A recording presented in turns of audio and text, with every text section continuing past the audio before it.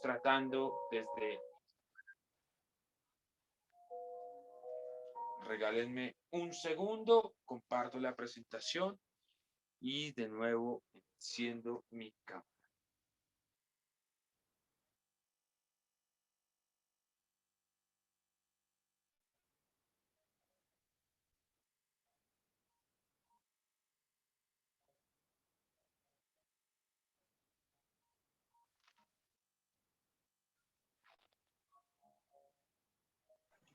Bueno, mientras van llegando los demás compañeros y el profe Jorge presenta, vamos al final a compartir cómo nos fue en este curso, que se llama precisamente Coloquios Interiores, al final de todo.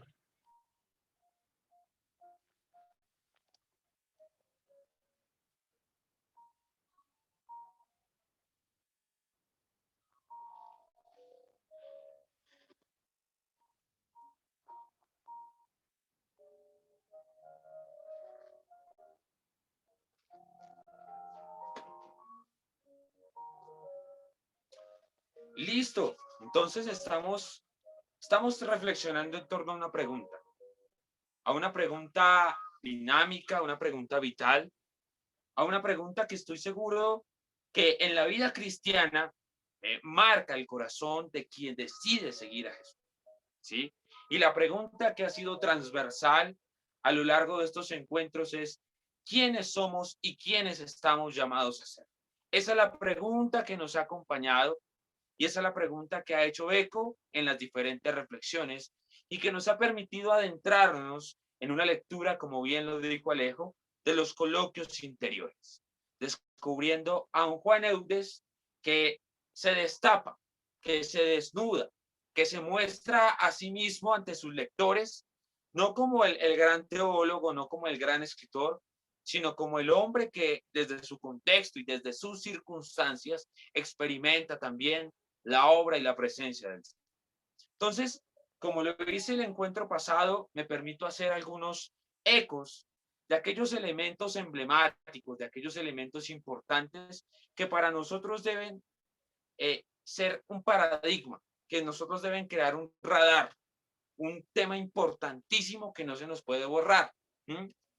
Estos temas son lo primero que veíamos desde la vez pasada, aquellas palabras que conforman la realidad del ser humano, desde el Antiguo y desde el Nuevo Testamento. ¿Se acuerdan? Del Bashar, del Nefesh, del Ruach, que nos hacen entender al ser humano como una unidad tripartita, es decir, como una persona totalmente integral, como una persona completa en todo lo que tiene, en todo lo que es, y que a partir de la integralidad del ser humano es que se permite o es que nosotros tenemos la posibilidad de encontrarnos profundamente con el Señor, ¿sí? Y veíamos también cómo a partir de ese reconocimiento de nuestra historia de vida, cómo a partir de ese reconocimiento de lo que somos como personas integrales, podemos dar un paso a revisar nuestra historia personal. Nuestra historia personal, que yo les decía la vez pasada, se trata de un conjunto de acontecimientos, un conjunto de sucesos. Y es un conjunto de sucesos que está conformada por frustraciones, por alegrías, por tristezas, eh, por momentos de dolor, por momentos de total crisis, y que en medio de nuestra historia personal de vida, de lo que descubrimos en ese conjunto de acontecimientos, encontramos entonces un Dios que actúa en todo lo que soy, un Dios que actúa en toda mi historia y un Dios que me permite descubrir que en esa historia, por más dolorosa, por más sufriente, por más contradictoria que sea, es un Dios que salva y es un Dios que redime. Y hablábamos un poco del sentido del proyecto de Dios, hablábamos un poco de cómo el proyecto de Dios a nosotros nos ha de evocar a una nueva realidad, nos ha de evocar, nos ha de impulsar a permanecer en sintonía con, a permanecer en sintonía con su. Y dejábamos algunas preguntas clave que ya en su momento trataremos de compartir. Eso como a modo de recorte. Listo. Entonces vamos a entrar al tema de hoy, que va a ser la conclusión que nos va a conectar lo que vimos los dos encuentros anteriores con el de esta noche. El título es el siguiente: del reconocimiento y la historia personal de vida a la opción fundamental por Jesús. Del reconocimiento y la historia personal de vida a la opción fundamental por Jesús. Me permito explicar el título. El reconocimiento, ¿por qué? Porque hoy ya hemos de tener un poco más claro que nos leemos, nos interpretamos como seres humanos, en tanto somos integrales, en tanto somos un conjunto de realidades, un conjunto de contextos familiares, culturales, sociales, ¿sí? Que nos reconocemos como personas que no se pueden separar, que somos indivisibles y que lo que nos afectó hace 20 años puede seguir afectándonos hoy, porque son marcas que se crean en la misma vida, ¿sí? Y la historia personal, porque ya hemos hecho todo un análisis de cómo en medio de esa historia tan dinámica, tan en constante movimiento, tan contradictoria muchas veces, actúa la presencia de Dios a una opción fundamental por Jesús. A partir de lo que yo soy, a partir de lo que yo he construido, a partir de mi historia personal, tengo la capacidad de descubrir que hay un llamado fundante. Y el llamado fundante del Señor está en optar por él, está en seguirle a él. Entonces vamos a adentrarnos un poco en esta comprensión. ¿Se acuerdan la vez pasada que les hablé del sueño de Dios? De que no podemos pretender o tener una visión de Dios determinista que nos haga creer que la relación con Dios es aquello que ya estaba escrito. Entonces un Dios que escribió todo lo que tenía que pasarme y lo dictaminó de esa forma. Entonces que si yo estoy viviendo esto hoy es porque así estaba escrito desde un principio y así debe suceder. O es que si yo estoy sufriendo por tal o tal otra cosa, es porque así lo ha dictaminado Dios. Sino más bien hablábamos de una visión o de una relación basada en la predestinación. Es decir, en un Dios que se acerca a tu realidad y a la mía como en un sueño. El sueño de que tú y yo vivamos en plenitud lo que somos, vivamos en plenitud nuestra realidad como seres humanos, teniendo siempre presente que Él es nuestro Dios y nosotros somos su pueblo. Pero ¿qué pasa? Asumir este sueño de Dios, asumir este proyecto de Dios, como lo veíamos con Juan Eudes, con esta pregunta de ¿con qué fin nos ha creado Dios? ¿O para qué me ha hecho Dios? Implica un movimiento. Yo no puedo pretender o yo no puedo tener una opción fundamental por Jesús si el llamado que encuentro en Él, si mi experiencia con Él no me mueve a algo. Todos nosotros, estoy totalmente seguro y convencido de ello, hemos tenido un encuentro personal con el Señor que significó para cada uno, para cada una, un punto de quiebre. Recuerden que la semana pasada hablábamos de los quiebres de la espiritualidad, ¿sí? Y que en esos quiebres de la vida espiritual es cuando se generan los reencuentros de la fe, los reencuentros con aquel que nos ha salvado, con aquel que todo el tiempo nos salva. Y como tú y yo hemos tenido una experiencia de encuentro profundo con el Señor, la pregunta es, ¿hasta qué punto este encuentro significó o significa en nuestra vida un movimiento? Vamos a ver cómo Juan Eudes, toda esta pregunta que se plantea en los coloquios interiores de ¿con qué fin me ha creado Dios? ¿O para qué me ha hecho Dios? Y cómo nosotros podemos descubrir que nuestra vida verdaderamente es el sueño que camina y que se construye de Dios en nosotros, tiene un movimiento. Pero antes de ir a Juan Eudes, vamos en primer lugar a la Sagrada Escritura para explicar esto de cómo asumir la relación, asumir el proyecto, asumir el sueño de Dios en nuestra vida, implica movimiento. Vamos a mirar entonces brevemente el Antiguo Testamento. Y por eso nos vamos a fijar en el libro del Éxodo, en el capítulo 3, versículos 7 al 10. Libro del Éxodo, capítulo 3, versículos 7 al 10. No lo vamos a leer todo, me voy a enfocar solamente en 2 versículos, pero sí les invitaría a que lo tengamos presente, que sea un versículo referencial para lo que voy a explicarles a continuación. Les decía hace un instante que Juan Eudes se plantea una pregunta personal, existencial. ¿Con qué fin me ha creado Dios? ¿Para qué me ha hecho Dios? Si traducimos esta pregunta al contexto del pueblo de Israel, la podríamos plantear de esta manera. ¿Con qué fin se fija Dios en Israel?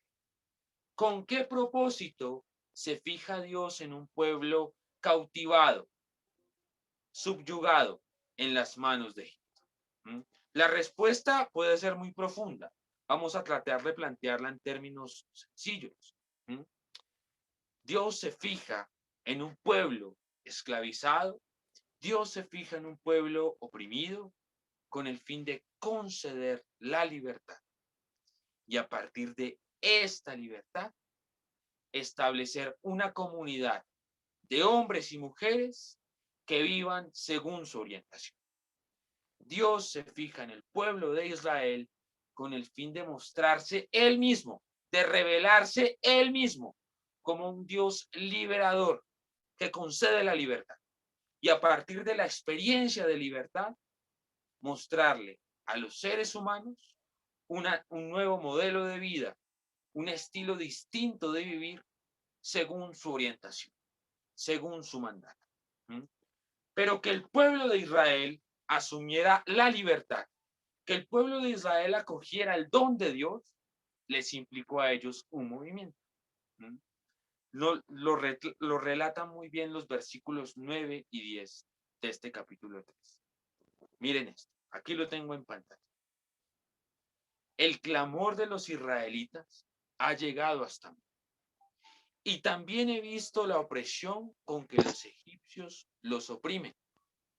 Ahora debes ir.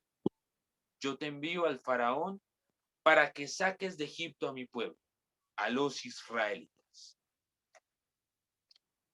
El encuentro de este pueblo oprimido, de este pueblo esclavizado, llamado Israel, en manos de Egipto, se da en una experiencia de libertad. Dios se revela a su pueblo y les dice, yo los voy a liberar de la esclavitud. Pero alcanzar esta libertad le implicó al pueblo un movimiento. Y el primero que se pone en movimiento, según lo que nos relata el libro del Éxodo, es Moisés. Moisés va a ser el primero que al ponerse en movimiento le va a indicar a este pueblo de Israel la necesidad, la importancia de alcanzar la libertad. Entonces ya nosotros sabemos el resto de la historia de un pueblo que se pone en camino, que atraviesa el desierto, que en el tránsito por el desierto aprende y desaprende muchas cosas, que se cae, que se levanta, que va como en un círculo constante, pero que en la medida en que camina, descubre que Dios va caminando también a su lado. Con el pueblo de Israel y con el anhelo de libertad del pueblo de Israel, entendemos entonces que asumir la verdadera relación con Dios, que asumir el proyecto de Dios, me implica, como le implicó a Moisés, como le implicó a este pueblo, ponerse en movimiento. Ahora bien, vamos brevemente al Nuevo Testamento. ¿Sí? Juan capítulo 20, versículos 11 al 18. Otra vez, reitero, no lo vamos a leer todo, pero sí les invito a que lo tengamos presente. ¿Qué nos relata? ¿Qué nos presenta este capítulo 20 en estos versículos 11 al 18? Es el encuentro del resucitado con María Magdalena. Y este encuentro del resucitado con María Magdalena se va a caracterizar por un movimiento, especialmente la conclusión de esta película, el versículo 18. Después de que Jesús ha dialogado con Magdalena, después de que ella lo ha reconocido como el Señor, después de que ella se ha acercado a él, lo ha reconocido a él, hay un llamado, hay una indicación por parte del Señor que le invita a ¿qué? A ponerse en movimiento. María Magdalena fue a anunciar a los discípulos, he visto al Señor, y les contó lo que había dicho. ¿En qué conectamos los dos textos?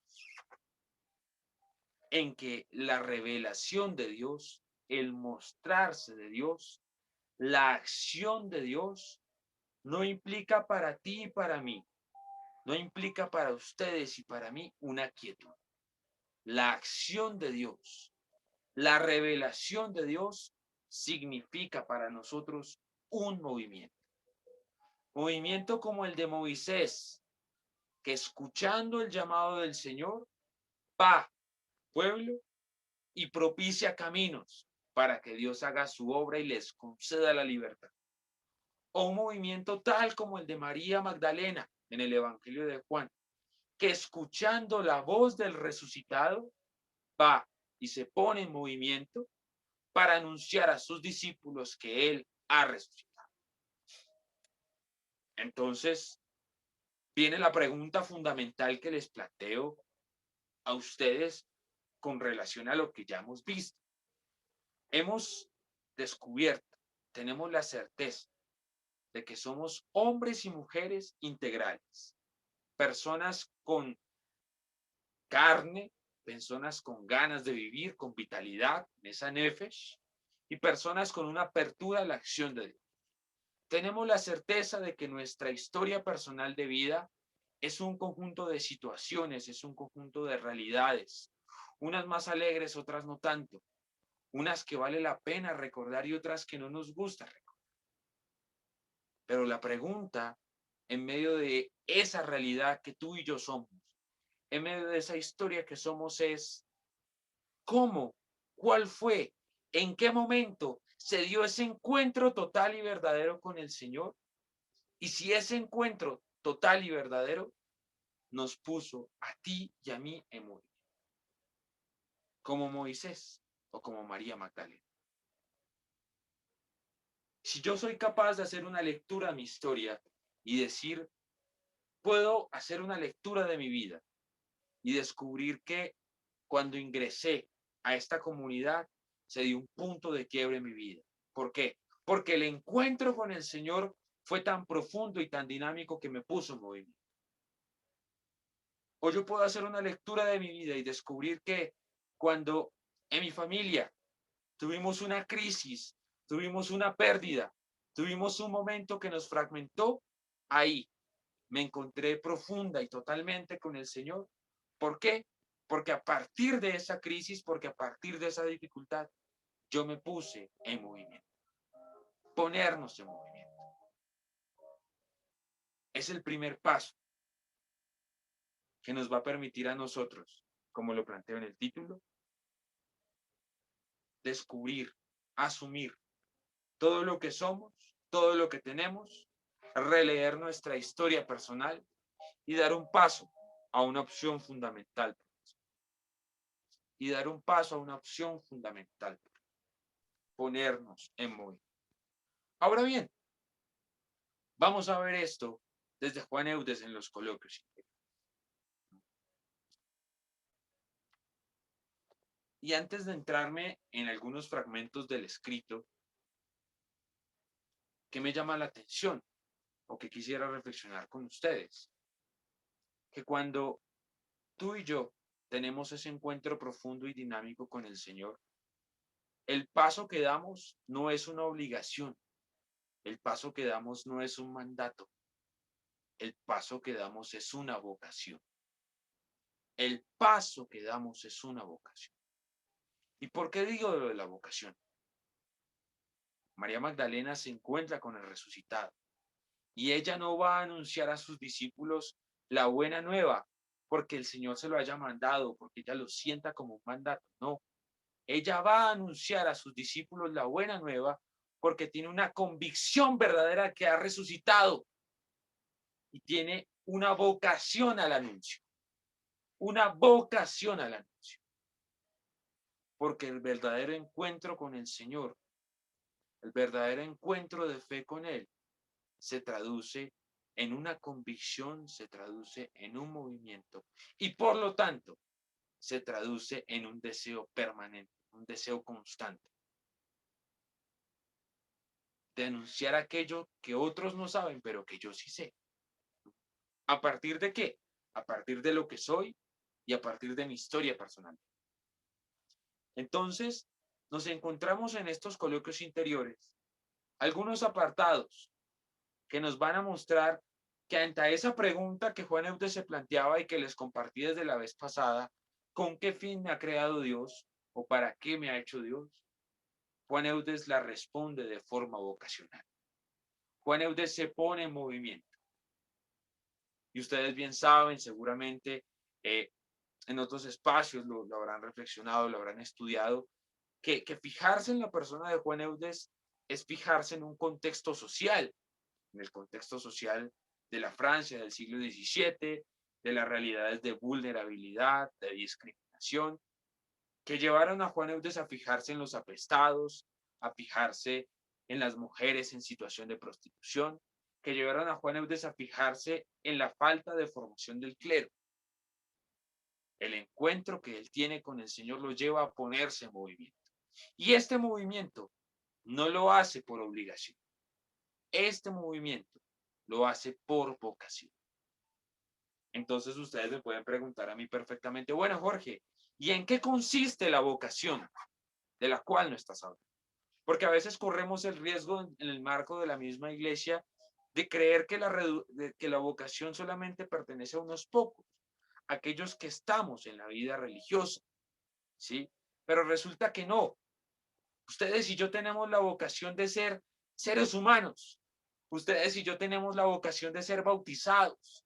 Ustedes y yo tenemos la vocación de ser hermanos por gracia, de ser hijos por gracia. Y eso es en lo que en esta noche les continúo proponiendo reflexión.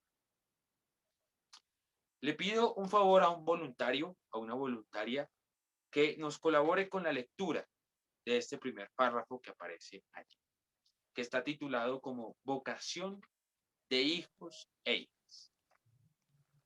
Marta acá. Dios, vocación de hijos e hijas.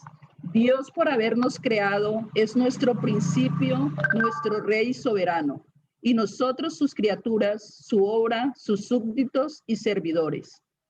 Pero además por nuestra regeneración y el nuevo nacimiento del bautismo, que nos da un nuevo ser y una vida nueva y divina, Dios es nuestro Padre, a quien podemos y debemos decirle, Padre nuestro que estás en los cielos. Ok. Gracias, Dios, por habernos creado. Es nuestro principio, nuestro Rey y soberano. Pero además, por nuestra regeneración y el nuevo nacimiento del bautismo que nos da un nuevo ser y una nueva vida, y una vida nueva y divina, Dios es nuestro Padre. Vocación de hijos. Juan Eudes plantea en estos coloquios interiores que la experiencia de ser hijos o ser hijas de Dios parte o encuentra su razón de ser en el bautismo. Y lo desarrolla de una forma muy contundente. ¿Qué significa bautismo en Juan Eudes? Un nuevo ser y una vida nueva y divina. ¿Sí? Y cuando nosotros nos fijamos en este relato de los sinópticos del bautismo de Jesús, hay algo que me llama bastante la atención.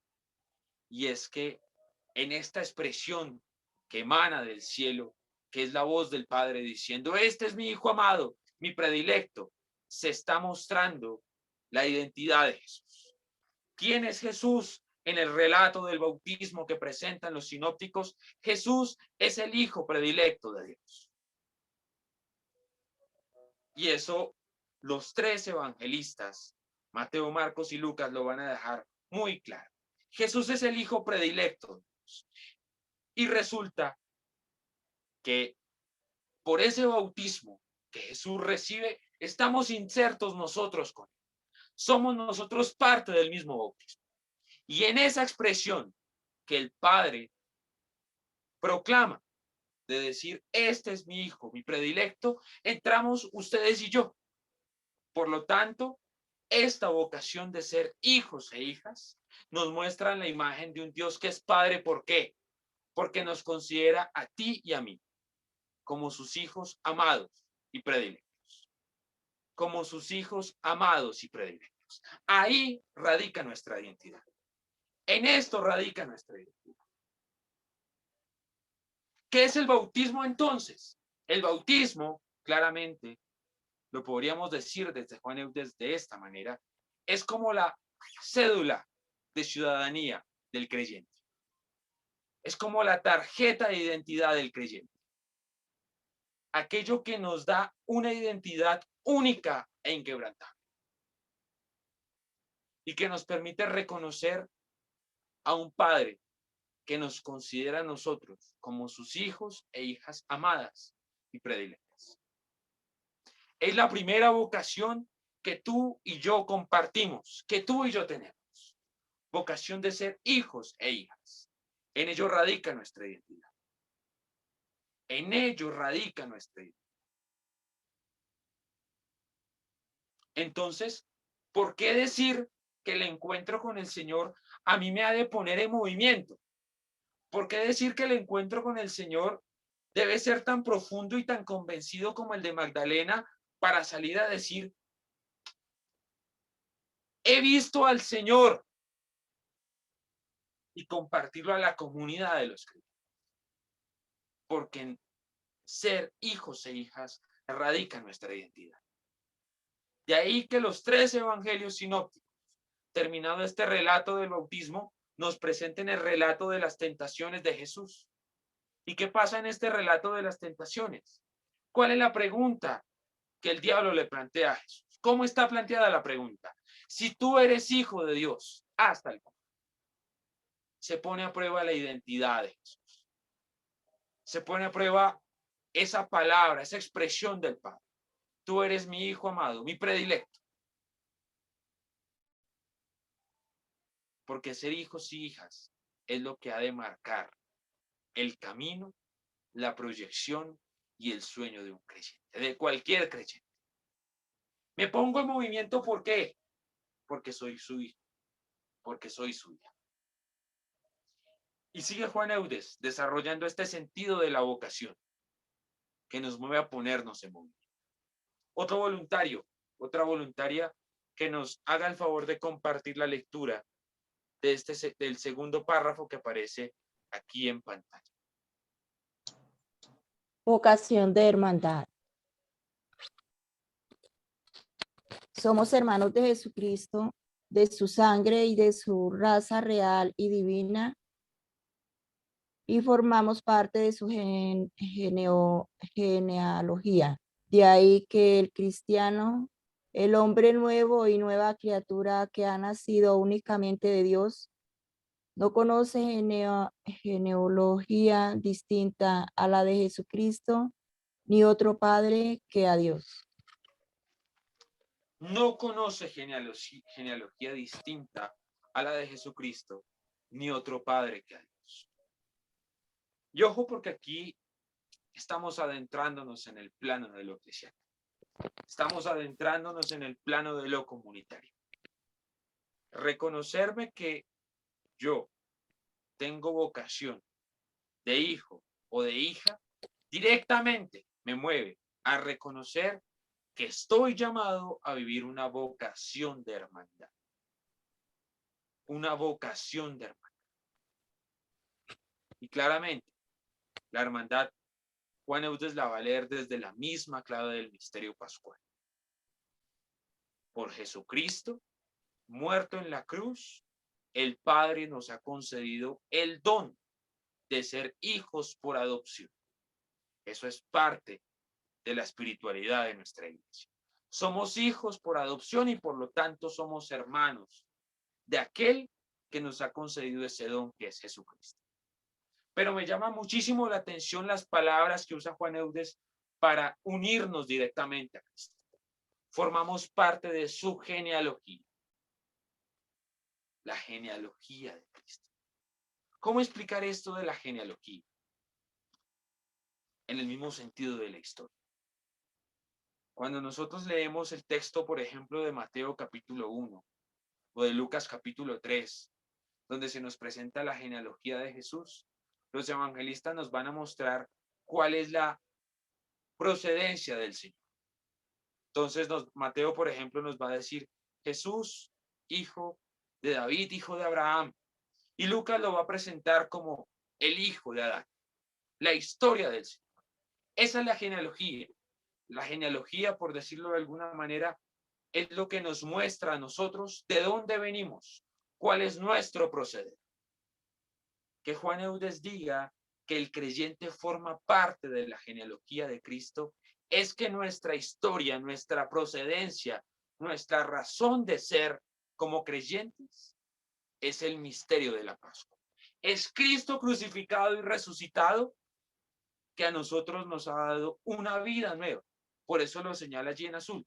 El hombre nuevo y nueva criatura que ha nacido únicamente en una historia.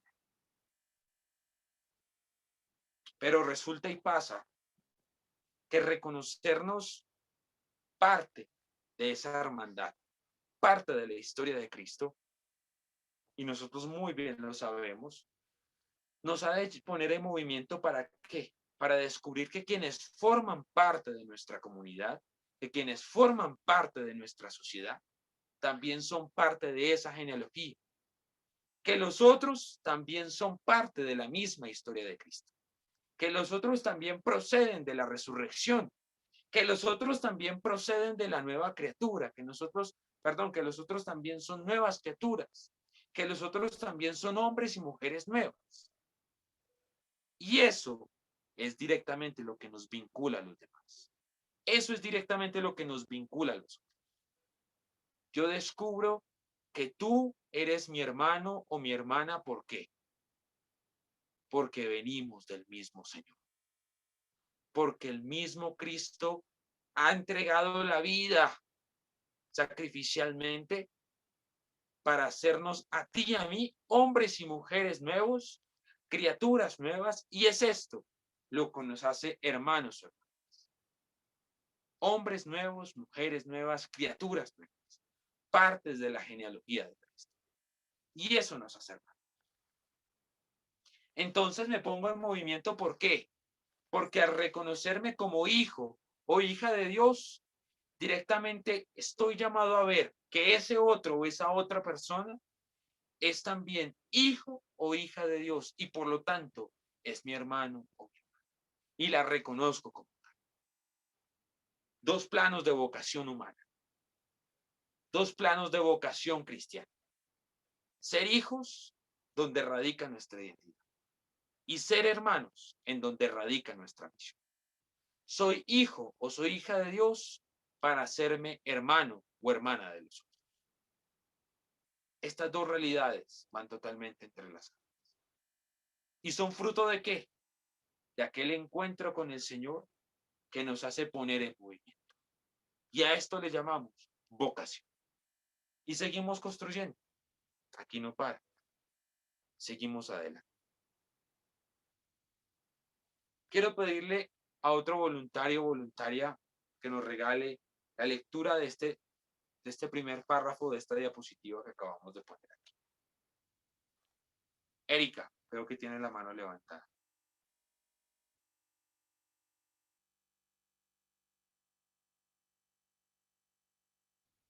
No te escucho. No te escuchamos, hermanita. Madeleine, ayúdanos, por favor. Vocación de templos, de manera que el Santo Espíritu nos ha sido dado para que sea el espíritu de nuestro espíritu, el corazón de nuestro corazón, el alma de nuestra alma, para que esté siempre con nosotros y dentro de nosotros, no solo como en su templo, sino como en una parte de su cuerpo, vale a decir, en una parte del cuerpo de Jesucristo. Gracias, Madeleine. Esto Juan Eudes lo repite muchísimo en sus escritos, cuando habla del Espíritu Santo. De manera que Santo Espíritu nos ha sido dado para que sea el espíritu de nuestro espíritu, el corazón de nuestro corazón, el alma de nuestra alma. Y en otra parte va a citar a Pablo de forma muy elocuente para preguntar, ¿no saben ustedes acaso que son templos del Espíritu Santo? Cuando nosotros miramos la tradición del antiguo pueblo de Israel, ¿qué significa el templo? El templo es el lugar de la presencia de Dios. Por eso es que en el libro del Deuteronomio, por ejemplo, ¿sí? En el libro del Levítico, se nos va a mostrar todo un itinerario de aquellas cosas que debía tener el templo o cómo debía estar construido el templo. Y estos libros van a darle un realce importante al lugar más santo, al lugar más emblemático del templo. ¿Por qué? Porque aquel lugar representaba o hacía memoria del encuentro en libertad de Dios con su pueblo. El lugar más santo. Entonces, bajo esta imagen del templo como lugar de la presencia de Dios, el Nuevo Testamento también va a ser un eco distinto. El templo es lugar de la presencia de Dios no porque esté construido con piedras. La primera carta del apóstol Pedro lo va a decir muy claramente. Nosotros somos templos porque somos piedras vivas. El templo es lugar de la presencia de Dios desde la perspectiva de Pablo, sobre todo. ¿Por qué? Porque es lugar del Espíritu Santo. Y que ustedes y yo digamos que somos templos es a razón de que somos lugares, que somos morada, que somos casa del Espíritu Santo. Y esta es otra realidad que ustedes y yo compartimos. Esta es otra realidad que ha de generar en nosotros convicción para ponernos en que tu vida y la mía son lugares de la presencia de Dios. Que tu vida y la mía son lugares de la acción de Dios. Que tu vida y la mía son el lugar santo de los santos. Que tu vida y la mía son el lugar santo de los santos. Por eso es, mis queridos amigos y amigas, que la santidad no es algo que se alcance. Yo no vivo cristianamente para alcanzar la santidad. La santidad es un don que me ha sido dado por el Espíritu y vivo cristianamente para permanecer en santidad. ¿Por qué? Porque el Espíritu Santo desde la misma eternidad me hizo templo, me hizo lugar de la presencia de Dios, me hizo santo. Entonces mi labor, mi razón de ser como creyente, ¿en dónde radica? En permanecer en esa santidad. Hasta aquí tenemos tres aspectos que desarrollan un poco aquello que entendemos nosotros como vocación dentro de la experiencia de fe cristiana. Primero, vocación de hijos o hijas. ¿Por qué? Porque en el ser hijo o hija radica mi identidad con él. Su hijo, su hija amada, mi predilecto. Sus predilectos. Un segundo plano, la hermandad. Todos somos parte de la historia en Cristo. Todos provenimos del corazón de Dios. Y al que todos hagamos parte de la historia en Cristo, nos ha de mover a reconocernos los unos con los otros bajo el espíritu de la hermandad. Y tercer plano, considerado hasta aquí, ustedes y yo somos lugares de la presencia de Dios. La santidad es un don que está y que recorre en nosotros. La gracia es un don que permanece en nuestra vida. Entonces el llamado al ser templos de Dios es a permanecer en. Permanecer en. Y finalmente, un cuarto aspecto en donde podemos desarrollar esta vocación cristiana está en la creación. Quiero invitar a otro voluntario o voluntaria que nos haga el favor de leer este último párrafo aquí expuesto. Yo, ¡Listo! vocación hacia la creación, porque todas las criaturas, dice San Agustín, son otras tantas lenguas y voces que nos gritan incesantemente. Amad, amad a aquel que nos ha creado para vosotros. Es algo muy extraño, Dios mío, que criaturas irracionales e inanimadas te glorifiquen, mientras que el hombre que está obligado a ello te deshonra. Ok, muchísimas gracias por la lectura. ¿Por qué puse esto de vocación hacia la creación? Quizás algo muy vigente, quizás algo muy actual, porque hoy no podemos entender la espiritualidad sin un pensamiento, por decirlo de alguna manera, ecológico, sin un pensamiento de cuidado hacia la creación. Hoy la espiritualidad no solamente la podemos entender en una relación de hermandad con los otros, entendiendo que los otros son únicamente seres humanos, sino que hoy hemos de entender la espiritualidad en relación con un otro, que es la creación. Y este concepto me parece emblemático en una encíclica que espero que tengamos toda la oportunidad de leer porque me parece siempre vigente en medio de nuestras realidades sociales, y es la de Laudato Si del Papa Francisco. Francisco va a plantear que la relación del ser humano con la creación es una relación de hermandad. Y el cuarto coloquio que Juan Eudes presenta en este escrito va a hablar justamente de la experiencia del cristiano, de la posición del cristiano frente a las cosas creadas. Y por eso me llama muchísimo la atención cómo Juan Eudes ya cita a San Agustín. Dice San Agustín que todas las criaturas son otras tantas lenguas y voces que nos gritan incesantemente: amad, amad a aquel que nos ha creado para vosotros, dirigiéndose al ser humano.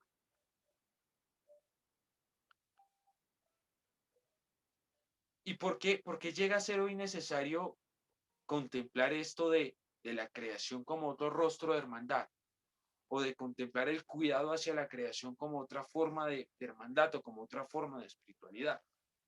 Yo creo que en Génesis, en el capítulo 2, se nos expresa esto muy bien. Cuando Dios se dirige a Adán diciéndole que gobierne a la creación. Sin embargo, cuando nosotros vamos al texto, mejor dicho, al idioma original, nos encontramos con que la mejor expresión para referirse a la creación no es gobernar, sino más bien cuidar. La indicación de Dios a Adán es: cuida de la creación, de aquello que está creado para ti, y establece con ella una relación de amor.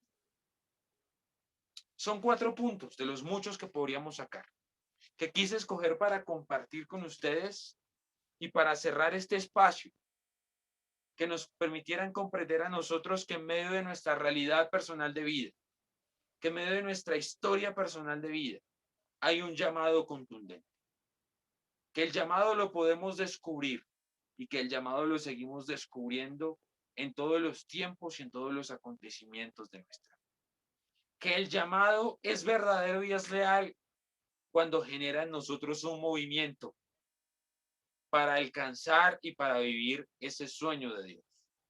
El movimiento como el de Moisés, que le implicó ir al pueblo y decirles: el Señor quiere revelarse a ustedes, concediéndoles la libertad, llevándoles a la tierra prometida. El movimiento como el de María Magdalena, que al encontrarse con el resucitado va hacia los discípulos y les dice: he visto al Señor. Y que ese ponernos en movimiento, ustedes y yo como creyentes, tiene razón de ser en 4 aspectos. Primero, porque somos hijos o hijas. Y porque en ser hijos e hijas está nuestra identidad, está nuestra filiación, nuestra razón de ser, es nuestra cédula de ciudadanía con Dios. Segundo, en la hermandad, porque al ser hijos estamos directamente llamados a ser hermanos. ¿Y por qué somos hermanos? Porque todos provenimos de la misma historia en Cristo. Un tercer punto. ¿Por qué? ¿Por qué nos ponemos en movimiento? ¿Por qué respondemos al llamado? Porque somos templos. ¿Y qué es ser templo? Ser lugares de la presencia de Dios. ¿Y cuál es el llamado a partir de esa convicción de ser templo? Permanecer en la santidad que el Espíritu nos regaló desde la eternidad. Y cuarto punto, nos ponemos en movimiento para cuidar. Para cuidar. Para cuidar aquello que Dios ha creado para nosotros. De esta forma, queridos amigos y amigas, nuestra historia personal de vida toma un rostro distinto. ¿Se acuerdan que hace 8 días, mejor dicho, la semana pasada, habíamos hablado un poco de cómo la espiritualidad no la podemos entender como una línea horizontal que tiene un principio y un fin, sino que la espiritualidad es un camino dinámico y al ser dinámico tiene muchas direcciones y al ser dinámico tiene puntos de quiebre. Y tú y yo hemos tenido puntos de quiebre muchas veces casi imposibles de lidiar en la vida, como llega a ser la pérdida de un ser querido, como llega a ser una crisis familiar, una crisis económica. Son puntos de quiebre que se dan dentro de la misma historia personal. Pero aquel creyente que es capaz de leer esa historia personal en clave de fe, descubre que en medio de la crisis su identidad está en ser hijo o en ser hija. Su llamado permanece o su llamado consiste en ser hermano, ser hermana de los otros. Que su convicción más profunda, aún en medio de la dificultad y de la crisis, es que es templo. Y que aún en medio de la realidad contradictoria más profunda, de aquello más inexplicable, seguimos siendo lugares de la presencia de Dios. Como lo va a enseñar Pablo en la carta a los Romanos, y lo va a tomar Juan Eudes para explicarlo de esta manera. Y que aún en medio de la crisis, aún en medio de la dificultad, sigue existiendo un llamado a cuidar. ¿Y qué más que hablar de cuidado en medio de una situación de pandemia? Donde muchas voces resuenan para hablar del cuidado y del autocuidado. ¿Y por qué nos cuidamos? ¿O por qué cuidar de los otros? Porque los otros son templo, porque los otros son hermanos y porque los otros son hijos o hijas del mismo Padre. Entonces, aquí le encontramos una respuesta mucho más amplia a la pregunta fundamental de estos encuentros. ¿Quiénes somos y quiénes estamos llamados a ser? ¿Quiénes somos? Seres humanos integrales, seres humanos dinámicos, de carne, de vulnerabilidad, de fragilidad, de experiencias de comunidad. Seres humanos que tienen ganas de vivir, que conservan las ganas de vivir, que tienen vitalidad para seguir asumiendo esto. Que somos seres humanos con un espíritu abierto a la acción de Dios. Eso somos. Que somos el conjunto de una serie de acontecimientos frustrantes, dolorosos, alegres, que somos el fruto de logros y derrotas. ¿Y quiénes estamos llamados a ser? Creo que estos 4 aspectos que he tratado de presentarles responden a la pregunta de quiénes estamos llamados a ser. Vivir como hijos o hijas. Vivir en cualidad, en condición de hermanos. Vivir como templos del Espíritu y vivir en constante cuidado hacia los otros y hacia la creación. Lo que nosotros somos, ojo a esto, lo que nosotros somos tiene sentido si se proyecta en aquello que estamos llamados a ser. Allá en tu realidad de casa, en tu realidad de trabajo, donde te identificas como una persona integral, con cualidades, con virtudes, con vicisitudes, con limitaciones, todo lo que tú eres, encuentra razón de ser y encuentra proyección si lo leemos en clave de ese don que Dios nos ha concedido de ser hijos, de ser hermanos, de ser templos y de ser cuidadores los unos de los otros. Y si planteamos una vez más, si me perdonan que sea tan reiterativo en esto, esta pregunta que Juan Eudes se hace de ¿para qué me ha hecho Dios? Entonces estos 4 aspectos desarrollan todavía más su opción. Para ser hijo, para ser hermano, para ser templo y para ser cuidador. Para ser hijo, para ser hermano, para ser templo y para ser cuidador.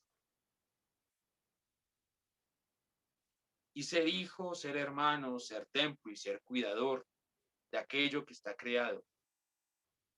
Es otra forma de decir lo que Juan Eudes dice. Para él, para que piensen, lo ame, hable de él, obre por él y me sacrifique por su gloria. 4 aspectos con los que les propongo cerrar esta noche de reflexión y de encuentro.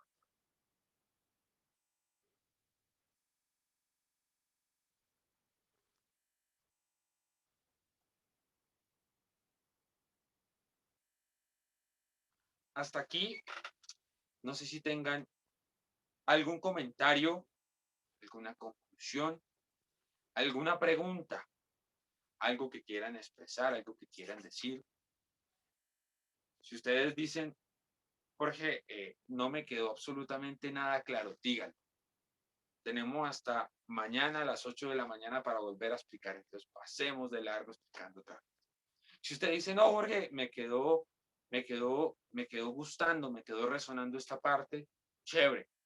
Si bien deseas, compártela con nosotros. O si usted me dice, Jorge, no entendí tal cosa, ¿podrías volverla a explicar? Tratamos de explicarla nuevamente. ¿Listo? Vamos a ver, los escucho.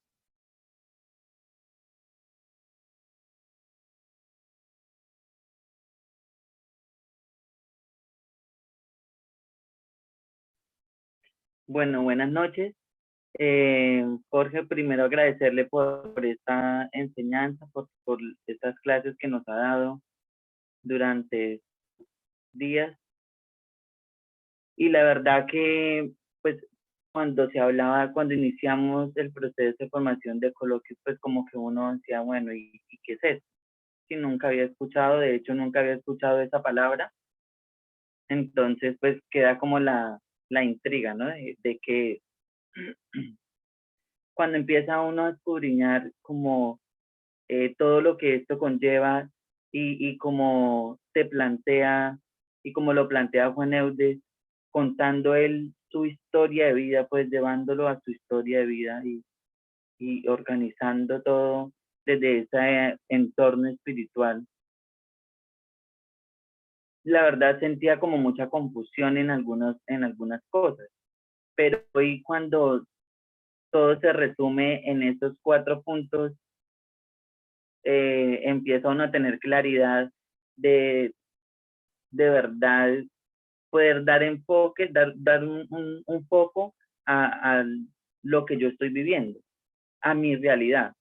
Es decir, que digamos que yo he podido construir de pronto mi propio coloquio, sin saber qué estaba haciendo, desde mi vivencia personal con Jesús. Estaba construyendo mi coloquio. Pero cuando hoy encuentro esos 4 puntos, uno dice, wow, o sea, de verdad, Jesús me ha formado para esto y por esto. Y he tenido que pasar este proceso en mi vida porque si no lo hubiese pasado, pues no hubiese conocido esto. Entonces, los 4 puntos cuando hablamos de, y qué bonito que hoy se llamen vocación, pues uno no piensa que pues hermandad, todos somos llamados a ser hermanos, pero mira que es la vocación de ser hermano. O sea, todo lo que conlleva ser hermano, lo que conlleva ser un templo. Entonces, hoy tengo mucha claridad, o sea, la verdad me da muchas luces para definir, y más que definir, poder como alinear mi proceso y darle un enfoque a lo que yo he venido viviendo durante toda mi vida con Jesús. Hoy el Señor me da muchas respuestas en este final tan bello, en esta conclusión tan bella del proceso. Hoy como que he recibido esas respuestas de las veces que siempre le he preguntado a Jesús en mis procesos personales, ¿por qué? ¿Y por qué así? Y entonces, es ¿por qué así? Porque necesito esto. Porque si no es así, entonces no hay hermandad. Porque si no es así, no se forma un templo. Porque si no es así, entonces la verdad quedo con una satisfacción muy, muy bonita esta noche.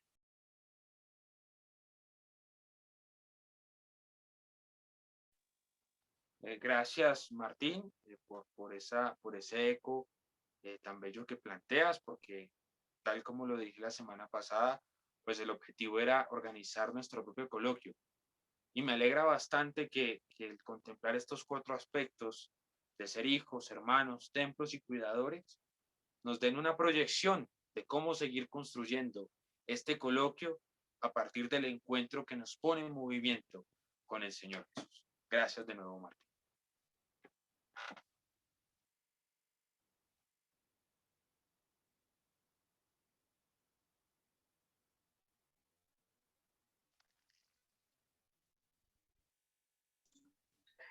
Bueno, a veces es difícil en los momentos duros que nosotros vivimos, como encontrarle sentido del por qué suceden esas cosas en nuestra vida.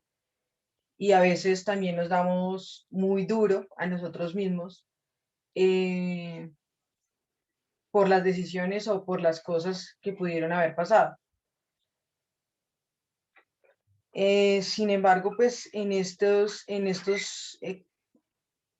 enseñanzas de los coloquios, este final que nos has dado, o estas conclusiones son muy hermosas, porque en definitiva, a veces o sea, decimos, pero vocación de llamados nosotros a qué, o sea, como que no sentimos valor en nosotros mismos. Y llegar, no, primero pues tú eres hijo, o sea, tú eres hija, y eres hija amada, y eres hija por el bautismo, y así como Jesús, pues cuando recibió el bautismo, pues Dios Padre le dijo, eres mi hijo amado, así mismo Dios Padre me lo está diciendo a mí.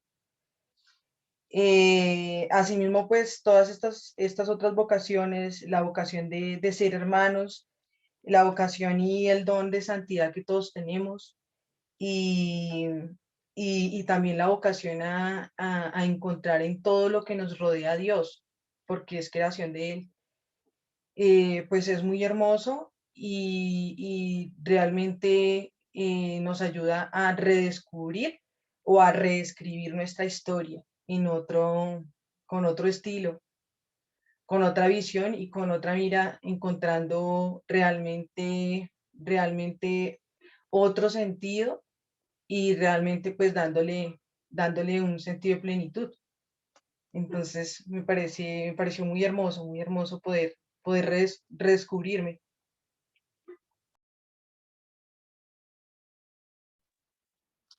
Gracias Anita por esos ecos. Yo recuerdo que en algún momento decíamos que la intención de adentrarnos en una lectura espiritual de un texto como estos era redescubrir nuestra propia realidad de vida ante el proyecto de Dios. Y la vez pasada veíamos que ese proyecto de Dios es que vivamos en plenitud lo que somos como seres humanos, ¿sí? Que seamos felices, evidentemente, porque eso significó la cruz, eso significó la resurrección. Y entonces, al plantear estos 4 puntos justamente, pues se nos da una ruta para seguir visualizando cómo se ha de vivir ese grato proyecto de Dios como hijos amados y predilectos. Gracias, Ana. No.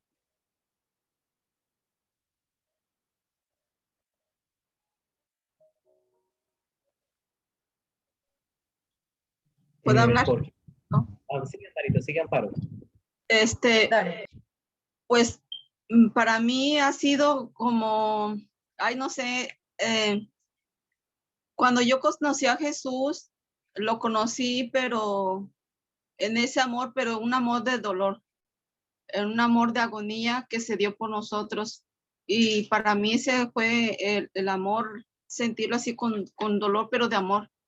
Pero ya con estos, lo que estamos viendo, como que es un amor tan diferente que yo no conocía y que me hace sentir tan amada y como que, no sé, como que ha despertado algo en mí que no sentía, porque yo decía, al principio pues yo no entendía nada, yo decía, es que no entiendo nada, es que no entiendo qué es lo que quieres, pero si me trajiste aquí es porque quieres que conozca algo más que no conozco, que no sé.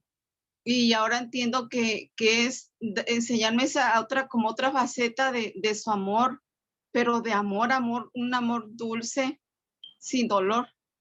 Y eso para mí descubrirlo es muy grande. Y así con los coloquios y es como si Dios Padre me está hablando, no nada más Jesús, sino es Dios Padre el que me está hablando. Es eso. Gracias, Amparo, por el comentario que haces. Evidentemente, concluyo a partir de lo que dices, cómo la relación con Jesús nunca será algo de quietud, nunca será algo que tenga un punto final, no. Lo bonito de las relaciones, de cualquier relación humana, es que varían, ¿sí? Por eso es que en las relaciones humanas hay peleas, por eso es que en las relaciones humanas a veces se quiebran, porque varían. Y lo mismo pasa en la relación con el Señor varía, se acrecienta, se dinamiza, permanece en un movimiento. Y quizá el encuentro que yo pude tener con el Señor hace unos años no es el mismo reencuentro que yo tengo hoy, porque hay situaciones en la vida que le dan un matiz distinto. ¿Sí? Por eso es que reescribir la historia en clave de Dios siempre va a ser una novedad. Y por eso es que yo puedo leer el recuerdo de hace 10 años en clave de fe y descubrir que ese recuerdo fue en realidad una oportunidad para el actuar de Dios. Y eso significa reencuentro. Ahí radica el movimiento. Así que gracias, Amparo, por ese eco.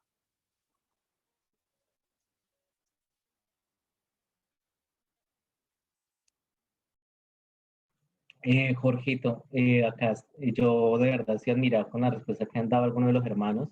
Amparito, estoy admirado con lo que acabas de decir, porque ciertamente eso es lo que estamos buscando dentro del contexto de que esto es ciertamente un curso académico, pero también es muy espiritual. Yo les decía, algunos no solamente aprovechemos lo académico, sino también tenemos que ver lo espiritual de trasfondo, lo que Dios me está hablando.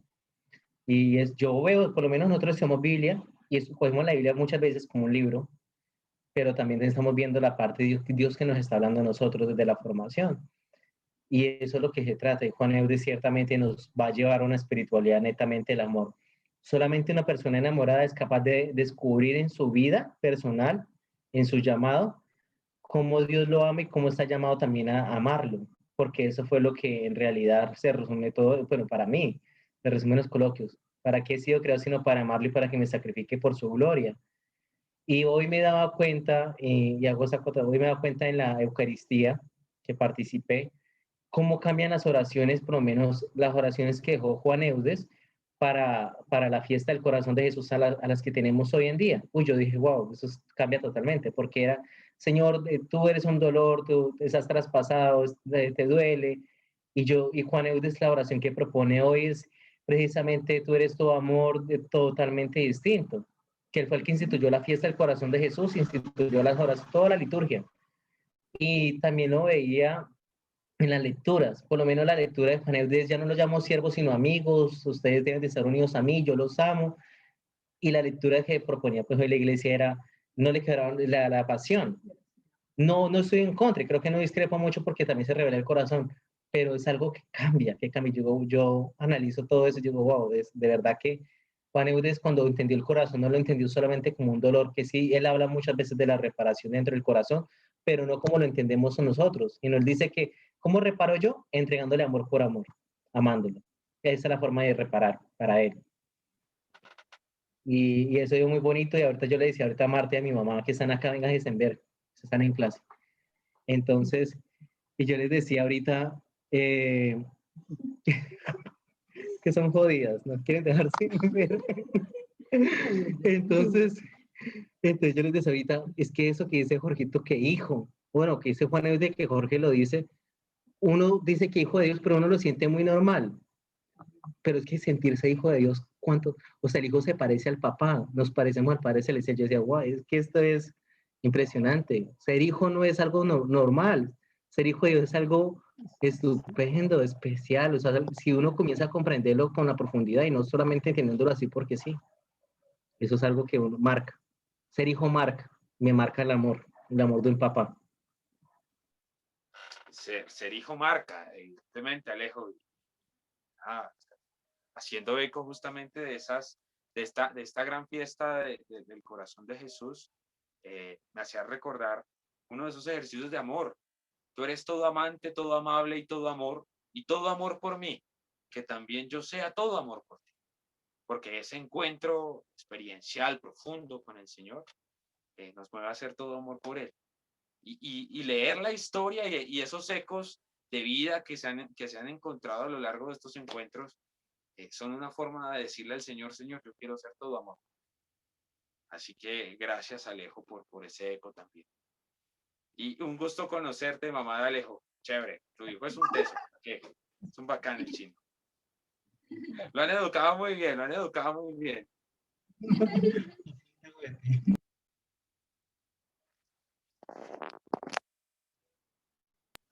Bueno, no sé si Janet, está Jenny, Amparito, la hermana Ernestina, que también ha sido perseverante, Madeleine, don David, que también está ahí, Camila, para que le digamos al profe con lo que nos vamos y le demos las gracias, también es importante.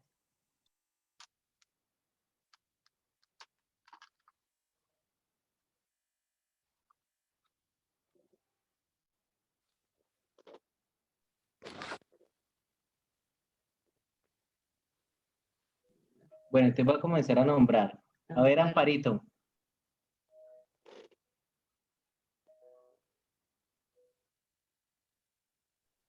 Yo lo único que le puedo decir es que hoy es el día del amor más grande, que es el amor de Jesús.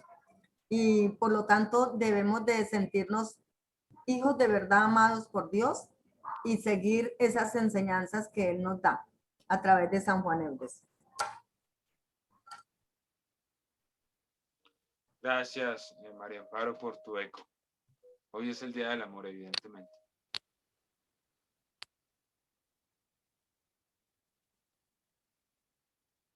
Bueno, Janet ya aprendió su micrófono. Pues gracias, Jorgito, por esa enseñanza que nos da. Tienes, pues sigue San Juan Eudes a través de ustedes con ese carisma, esa enseñanza y cada vez pues porque lo que dicen los coloquios es muy hermoso, pero lo que usted ha explicado es todavía más grandioso. Entonces sigue el Espíritu Santo y sigue el carisma eudista pues cada vez más grande y lo felicito por eso, por esa vocación. y gracias por enseñarnos tantas cosas. Gracias a ti, Janet, por compartir estos espacios que yo creo que nos hacen bien a todos. A mí primero, y estoy seguro de que también a todos. Bueno, Jorge, pues muchas gracias por estas clases, por el tiempo, porque también pues sé que también ahorita están en vacaciones, ¿no? Y pues sacar el tiempo también para compartirnos y pues darnos toda esta enseñanza no ha sido muy, muy especial. Y pues yo me voy como con esas preguntas, ¿no? Como, ¿para qué me ha hecho Dios, no? Entonces como que primeramente pues siento que me ha hecho es para como sentirme amado por Él, primero que todo. Y me quedó mucho lo de ahí, ¿no? A partir de que sienta ese amor, ponerme en movimiento hacia lo que Él quiere para mí. O sea, como que a partir de ese amor ser más dócil a su voluntad. También como a también identificar en todos esos aspectos de la vida donde actúa Dios, no solo digamos voy a decirlo, en oración, en momentos así de comunidad, sino también como en la vida cotidiana, ¿no? Como en el trabajo, como con mis papás, con amigos normales, como en todos esos aspectos que actúa Dios y como reconocerlos en mi vida.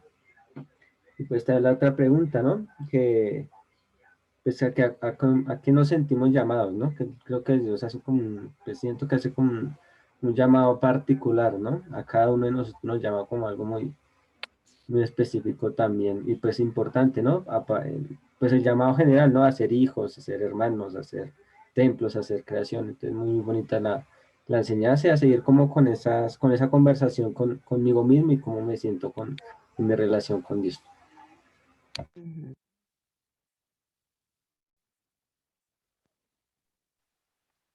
Bueno, Vale. buenas noches. Aunque me conecté un poco tarde, disculpen, dentro de todo lo que pude escuchar y captar, bueno, me habló muchas partes, ya que dentro de todo lo que estamos viviendo, ¿no? Y el hecho de que decía de la santidad, que no es algo que, bueno, que se busca o que dentro de la vida se va cogiendo, sino que es algo, es un don con lo que uno ya nace, se podría decir, ¿no? Eh, es aceptar también el hecho de que, como en algún momento lo dije, el Espíritu Santo ya habita dentro de nosotros, el amor de Dios dentro de nosotros, y se hace tan notable cada vez que nosotros sentimos alejarnos de Él y por alguna razón lo vemos de alguna manera, lo vemos de alguna manera y hace que regresemos a Él, que recordemos para qué estamos, que recordemos qué tenemos dentro de nosotros, que nos hace tal vez regresar a su mirada, a su amor. Entonces es como de recordar todo el tiempo el amor de Dios y lo que quiere que sea, lo que soy, lo que Él me impuso a hacer.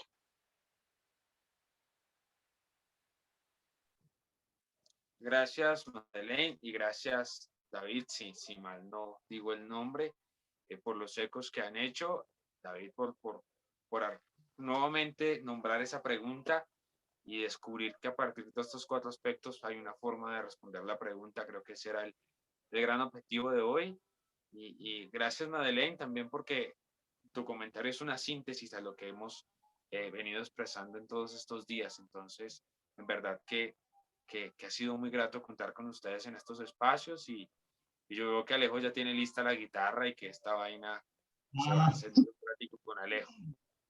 Jorgito, es que, bueno, David, si antes nos ayudas con la lectura de los comentarios que dejaron en el chat para Jorge, para los demás compañeros, y te iba a decir si puedes orar por nosotros, Por supuesto, mi hermano, por supuesto que sí.